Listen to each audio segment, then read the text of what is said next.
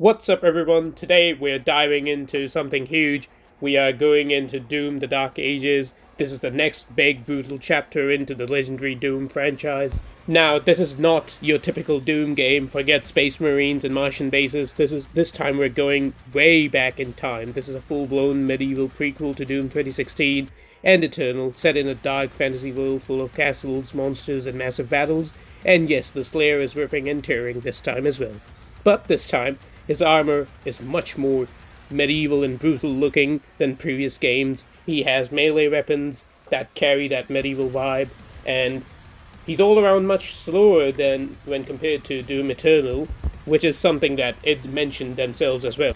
Now, with this game, id Software is also focusing more towards the story, which is something that we've never seen before in a Doom game, because it's mostly just shooting demons in the face. But this time they have created a decent story, which we'll dive into later in this video, and we'll also check out what's new and what's different in this Doom game when compared to the previous ones. Also, spoiler warning, if you haven't played Doom game, although I will be featuring gameplay and footage from earlier levels, but if you still haven't played it, I would recommend skipping the cutscenes, just so the story doesn't get spoiled for you.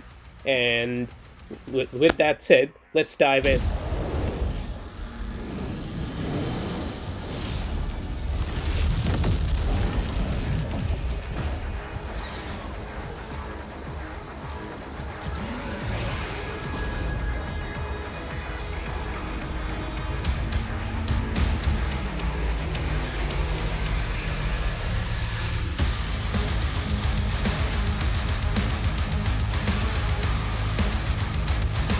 Let's get into the story first.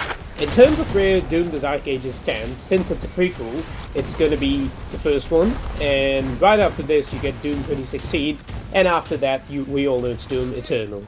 Now, the story itself isn't too complicated. It's simpler when compared to other games. There is Prince Azrak who wants to rule the armies of hell, but he cannot, because they're not scared of him, they're scared of Doom Slayer. So, because of this, he teams up with the Witch, and he goes out to find something known as the Heart of Argent, which, as he explains it, will give him power to rule over the armies of hell and eventually beat Slayer.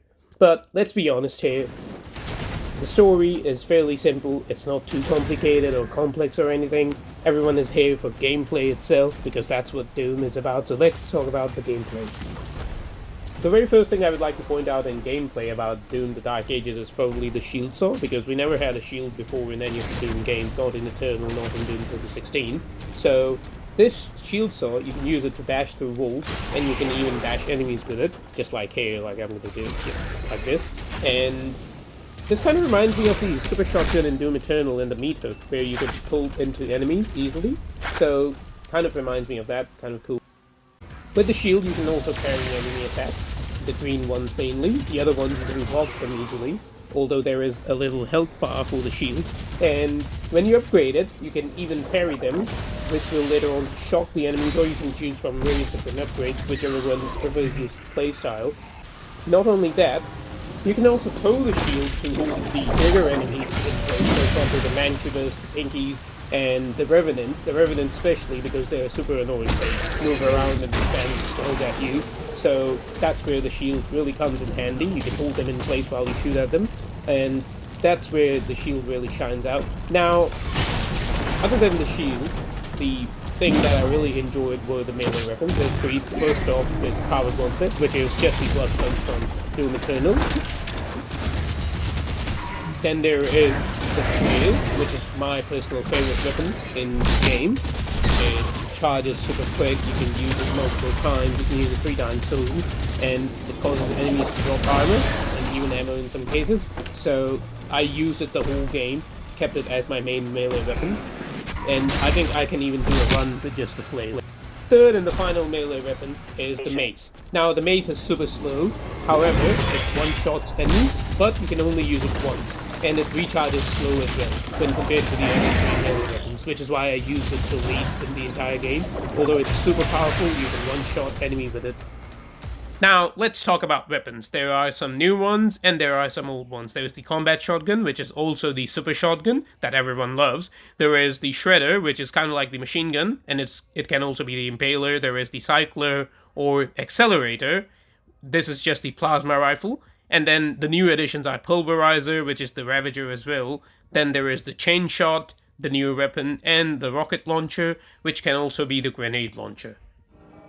Just like Doom Eternal, you have a weapon wheel here as well. You can easily switch between all the weapons that you have, and you can put two that you can use in a cycle. For example, I was using the combat shotgun and the Ravager, which was my favorite duo to use, but you can keep any two, and you can switch between them easily. Each weapon in Doom the Dark Ages feels incredible to use, delivering the same punchy, satisfying feedback that made Doom Eternal's arsenal so iconic. This time around, I have to point out that the combat shotgun was probably the best one I kept on using throughout the game. It kind of felt more as stand and fight vibe that Bethesda was going after, or it was going after, because you can put in an upgrade that causes enemies to drop armor as you shoot them. So they're dropping armor continuously and you're shooting them, kind of has the perfect stand and fight feel. And then there is the cycler or the accelerator, which is incredible. My complaint in Doom Eternal was that the plasma rifle was super slow, but this time around it's faster. It's much more faster. It has, and the fact that you can even upgrade it to be even more faster than the previous version. Now, the one weapon I was excited about, but I didn't end up using much, is the chain shot, probably because it targets one enemy at a time when compared to others. Now, when you compare it with shotgun has a spread. When you compare it with Ravager or the Cycler or Accelerator, all of them can fire multiple different shots at multiple different enemies. But over here, it targets just one. And you have to wait for it to charge up so that you can kill that one in one shot. There is an upgrade that adds the explosion effect at the end of every charge shot, but then again, you can add those upgrades to other weapons and they are much better. Grenade launcher, much the same. It doesn't do as much damage as the rocket launcher, which is why I didn't end up using as much as I did for the rocket launcher. I think the rocket launcher here is also good, although Doom Eternal had probably the best one.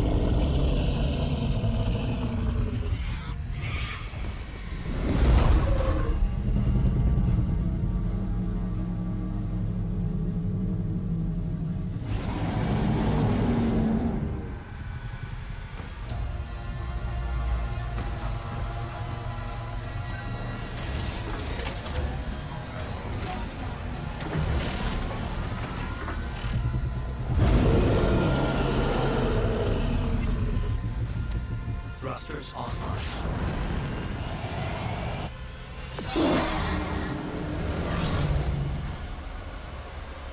Now, everyone was excited when they revealed Dragon in Doom the Dark Ages. Everyone wanted to know what the aerial combat is going to be like and how fast-paced it's going to be like. It's super fast, it's amazing. They even added the glory kills in the Dragon combat scenarios. You can go up to these big titans, you can glory kill them, and it looks amazing. The Dragon combat itself is amazing. Now, over here, it might look like you're just shooting and flying, but especially with those turret sections, which are where you have to dodge those laser puzzles, or laser attacks, projectiles that is shoot at you, and then shoot them with your gun, and with every green laser projectile that you dodge, you get the perfect dodge bonus, which destroys the shield, and then you can cause damage to them as well. There are also the health pickups that you can pick up when your dragon gets damaged. Now, my favorite was probably the chase scenarios where you have to chase their jets and shoot at them. especially in this mission over here. You shoot at it, it kind of looks like you're just chasing it in a narrow hallway, but then it gets complicated. There are those cages that are appearing out of the ground, those spikes and all that. I think the dragon combat is amazing. It's just mind-blowing and definitely a great addition to Doom.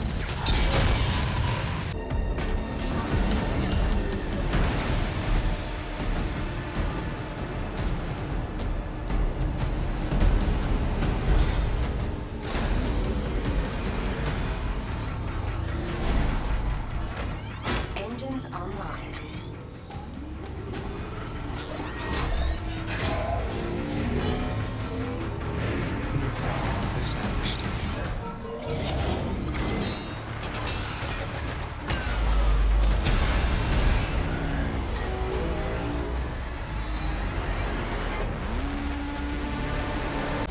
Back when Doom Eternal's second DLC came out and showed a Titan fighting a giant robot, we were all like, oh wow, we want to do that. Those robots are called Atlan here. You can pilot them multiple times in multiple different missions, even Hell itself, and you can just go up to these Titans. You can either use miniguns, you can use shotguns, you have big power attacks, or you can just simply throw hands with them. These sequences are amazing.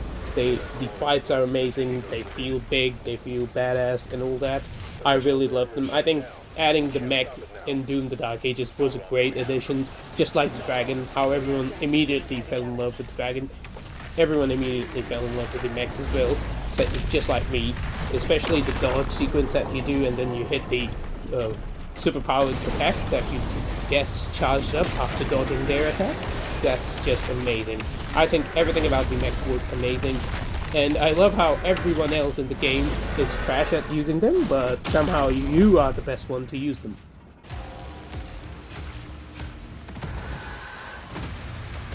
When Doom the Dark Ages came out, everyone knew that it was going to get compared to Doom Eternal, and the worst thing about it is there are no double dashes or double jumps. Now, I'm okay with double jump. The jump here is quite high, so I'm okay with that. But I think that they could have at least added dashes, because not only are you dodging multiple different projectiles, you have to locate the green one to be able to parry it and continue the fight. So I think had they added just a dash, it would have been great. It would have made all sense. Like, you know, okay, we are a tank, we can't double jump, but hey, we can at least dash between the enemy projectiles and we can carry them back towards the enemies. That is one of my biggest complaints with this game, is that they could have made it slow, but at least add those dashes, because those dashes are going to recharge. It's not like everyone is going to spam them all the time, kind of like how everyone was spamming double jump in Doom Eternal. Another thing to point out here is that the levels are much more open this time. They feel more like sandboxes. There are different secrets hidden throughout the levels that you have to go around finding them. There are different keys, different skulls, different key cards that you have to use to open certain passageways. There are different action figures, codex entries, and even life figures that you have to find throughout the map. Now, that's not a complaint. I'm okay with that, because Doom Eternal also had an open level design, so I'm completely fine with that. Now, when it comes to graphics, gameplay, story, I think story is pretty okay. The graphics are absolutely great. The game is amazing. The game functions well. Even on performance mode, it did great. Even on quality mode, it did great. And then there is the gameplay. The gameplay is amazing, except for dash, of course. I think had they added a dash, it would have been another one of the best Doom games. It still is one of the best Doom games ever made. Probably above Doom 2016, but definitely not better than Doom Eternal, because Doom Eternal had all that crazy action stuff going on, which this one does not. Here, combat feels slower sometimes. Especially, there are a few instances where you would just wipe out all the enemies, and then the music is still playing. Now you're looking for them. You can't find them because one of them has glitched out or something. But other than that, I think it has everything that it takes to be a great Doom game. I think the game is itself amazing. There are no major flaws with it. I think this is a solid 9 out of 10 game. It's incredible. I loved it. I've played through it 3 times now. I'm gonna get Platinum soon. I think everyone should give this game a try too. This is an amazing game and definitely one of the best games of 2025.